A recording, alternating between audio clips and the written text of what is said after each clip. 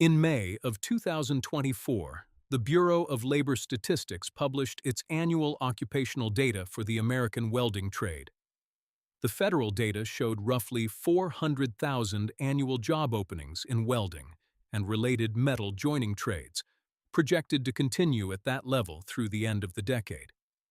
The data showed a median annual wage of approximately $50,000, with the top 10% earning above $73,000 in the broad category of welding workers. The data showed that specialty welders, code welders, and certified welders working in energy, infrastructure, and aerospace routinely earned between $90,000 and $150,000 a year. The data showed that underwater welders, working in the Gulf of Mexico and other offshore oil fields, regularly earned between $150,000 and $300,000 annually. And the data showed that the high school welding programs that once supplied the trade have been quietly removed from most American school districts across the last 4 decades of. The trade pays well, the demand keeps rising every year, and the American school system has moved away from teaching it almost entirely across 2 working generations of teenagers. Why does the federal data point in one direction while the American school curriculum points in the other direction? This video is a different look at a trade we have already opened in this archive. Welcome to Forgotten Trades Vault. Before we open this vault, hit subscribe so the next archive finds its way to you. The archive opens in 1994 in Houston, Texas, where the American welding trade had concentrated into one of its most productive regional clusters across the southern United States. In 1994, Houston was already the energy capital of North America, with the offshore oil industry, the petrochemical industry. The Johnson Space Center had been training astronauts and engineering spacecraft in Houston since 1961, with NASA welders certified to the highest standards in the American aerospace industry. The Gulf of Mexico oil platforms required certified pipeline and structural welders across hundreds of offshore operations, with the certification requirements among the most rigorous in any American industry. The Houston Ship Channel was lined with petrochemical refineries that required certified pressure vessel and pipe welders for routine maintenance and capital construction across the calendar year. Every refinery on the channel ran maintenance crews of certified welders year-round, with the major operations employing dozens of welders on each major maintenance turnaround across the operating year. The aerospace welder, the offshore welder, the pipeline welder, the refinery welder, the structural welder, and the production welder all worked side by side in the Houston regional economy. A welder who held the right certifications could move between sectors based on demand and price, with the Houston market offering more career flexibility than almost any other American city. The trade had been growing in the United States since the late 19th century. By the federal census of 1940, the United States supported more than 300,000 working welders, distributed across every state and concentrated in industrial centers like Houston. The Second World War accelerated the trade dramatically, with American shipyards alone employing more than 400,000 welders at peak production in 1944 during the wartime mobilization. The Liberty Ship program built more than 2,700 merchant vessels in less than 4 years, with the program depending on welded hull construction rather than riveted construction. The Higgins boats in New Orleans, the tanks in Detroit, and the bombers built in Seattle and Wichita all relied on welders working around the clock during the war. After the war ended in 1945, the trade continued to expand into civilian construction, automotive production, oil and gas, pipeline expansion, and the developing American aerospace industry. By 1970, that number had grown to nearly 700,000, with the post-war American industrial economy depending on welders for shipbuilding, automotive, construction. The trade had its own training pipeline through this period, with the American Welding Society maintaining certification programs across the country since 1919 at every credential level. The society had been founded after the First World War to standardize welding practice across American industry, and its certification standards had become the international baseline for welding qualification. The high school vocational programs of the post-war era included welding among their core offerings. California, Texas, Pennsylvania, Ohio, and Illinois each ran more than 500 high school welding programs in 1965, with smaller states running proportionally similar numbers. A graduating high school senior could walk out of any of those programs and into an apprenticeship at a local shipyard, refinery. The apprenticeship paid from day one, lasted between 2 and 4 years, and produced a journeyman welder with full American Welding Society certification, ready to work anywhere in the country. The young welder graduated at 22, drew a journeyman wage by 23, and owned his own home by 27. These were not unusual numbers.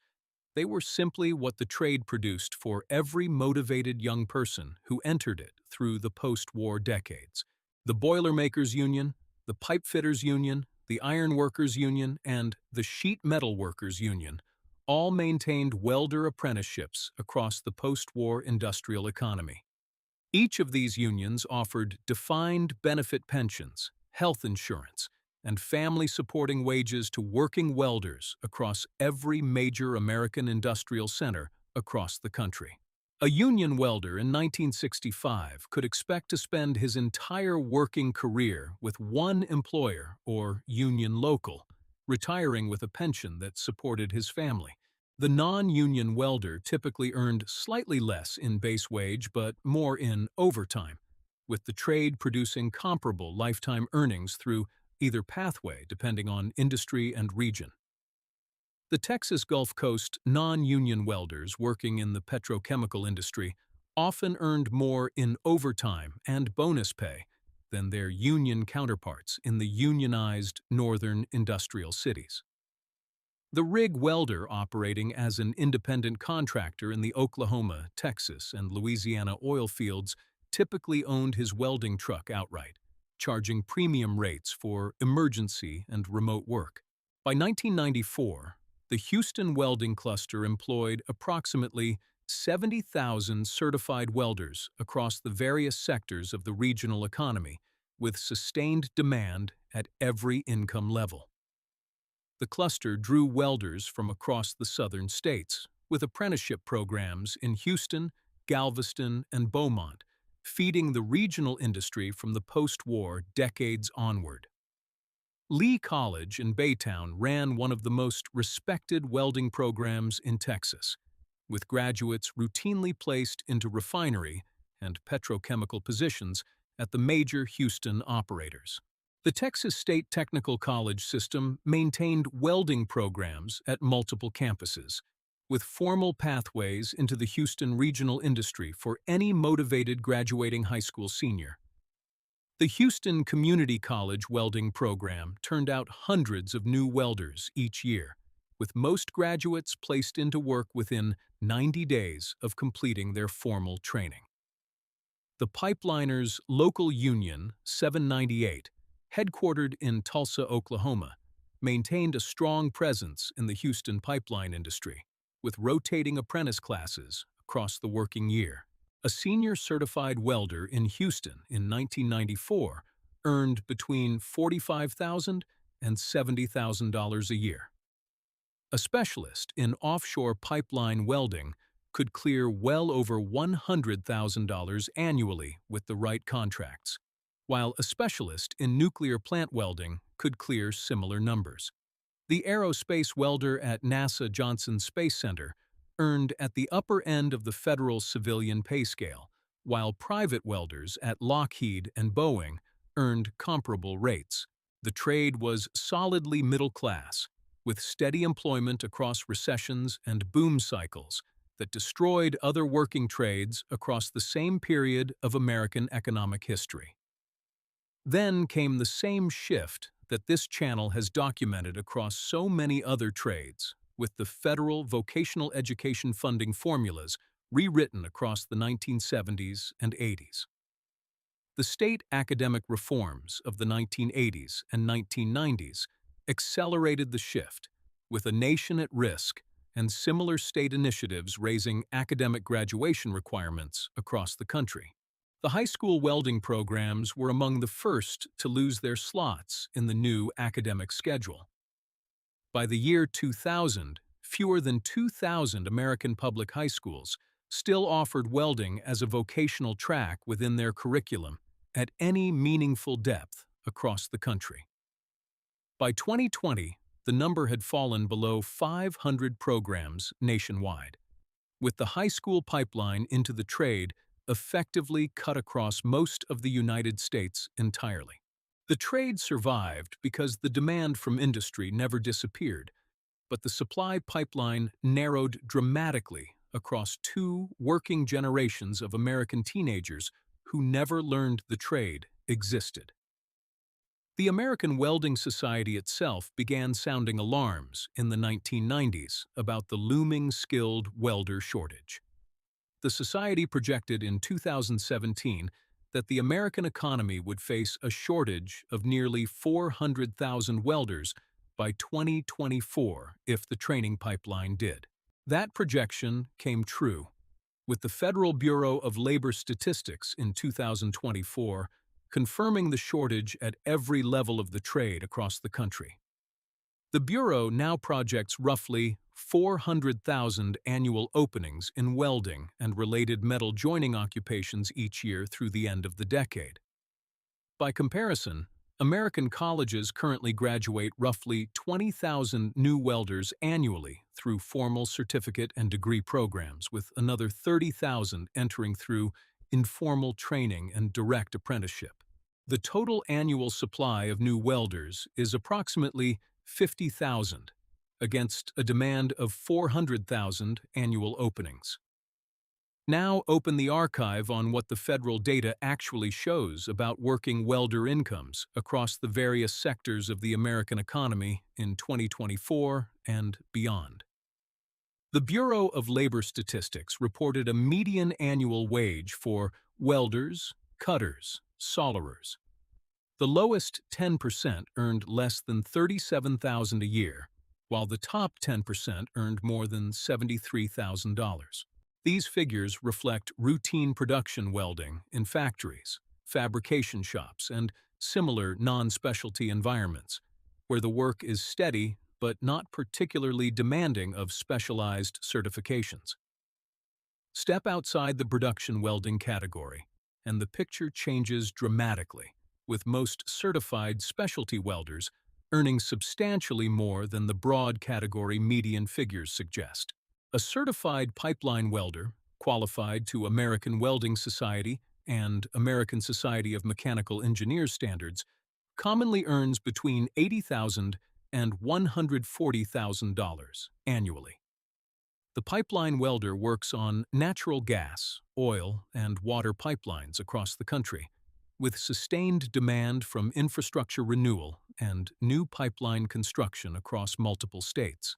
A certified pressure vessel welder, qualified to American Society of Mechanical Engineers, Section 9 standards, commonly earns between $90,000 and $160,000 annually. The pressure vessel welder works on boilers, reactors, heat exchangers, and other coated vessels across the refining, chemical, and power generation industries at every operational scale. A certified nuclear welder, qualified to the Nuclear Regulatory Commission and American Society of Mechanical Engineers, Section 3 standards. The nuclear welder works on nuclear power plant maintenance and the small modular reactor projects currently entering the American market, with extremely high certification barriers and correspondingly high pay. A certified aerospace welder, qualified to American Welding Society, D17 standards and original equipment manufacturer specifications, commonly earns between $100,000 and $180,000 annually. The aerospace welder works on aircraft engines, structural assemblies, and spacecraft components, with the work concentrated in the American aerospace manufacturing centers like Wichita, Seattle, and Houston. A certified underwater welder, qualified to American Welding Society. 3.6 standards regularly earns between $150,000 and $300,000 annually on routine work. The underwater welder works on offshore platforms, pipelines, ship hulls, and underwater infrastructure across the Gulf of Mexico, the North Sea, and other offshore production regions.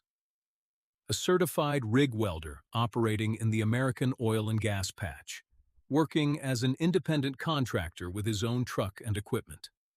The rig welder pays for his own equipment, his own travel, and his own training.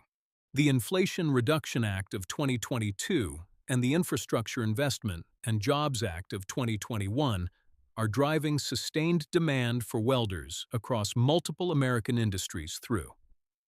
The Federal Inflation Reduction Act allocated approximately $370 billion to clean energy projects requiring extensive welding work across the entire American renewable infrastructure. The Federal Infrastructure Investment and Jobs Act allocated approximately $1.2 trillion to roads, bridges, water systems, and other infrastructure requiring extensive welding for fabrication and erection. The American Clean Power Association projects that wind, solar, and battery storage installations alone will require approximately 100,000 additional certified welders through 2030. The Department of Energy projects that the planned expansion of the American nuclear power fleet will require approximately 20,000 additional certified nuclear welders through 2035.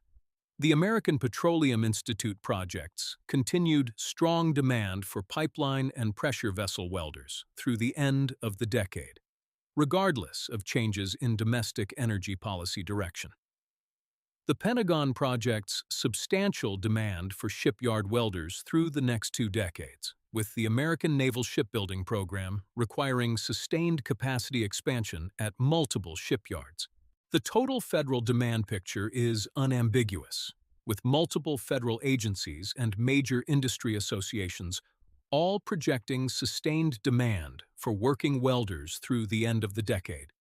The arrival of large language models in 2022 and 2023 did not threaten a single working American welder in any town or city of the country. A language model can describe how to set up a tungsten inert gas weld. The hand that strikes the arc, controls the puddle, and reads the metal as it cools is still the only tool that does this work. The path back into the trade is shorter than the path through any 4-year college program, with multiple training options operating across every American region for prospective welders today. Community college welding programs run between 6 months and 2 years, with tuition between $2,000 and $12,000 total at most participating institutions across the country.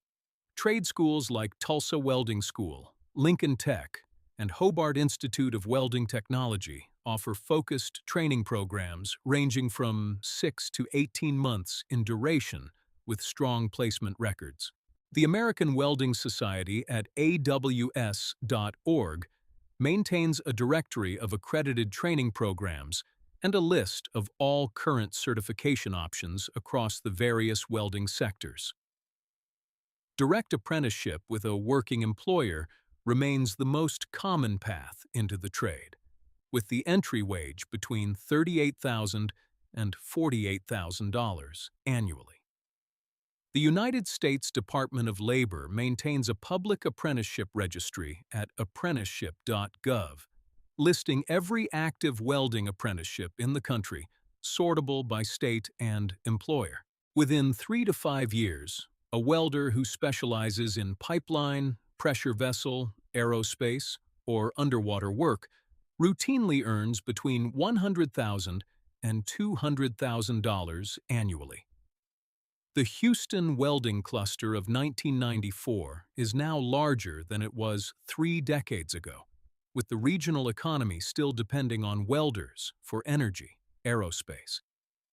Similar clusters operate in Pittsburgh, Cleveland, Detroit, Chicago, Seattle, Wichita, and across the Gulf Coast and Pacific Northwest, with sustained demand at every level of the trade.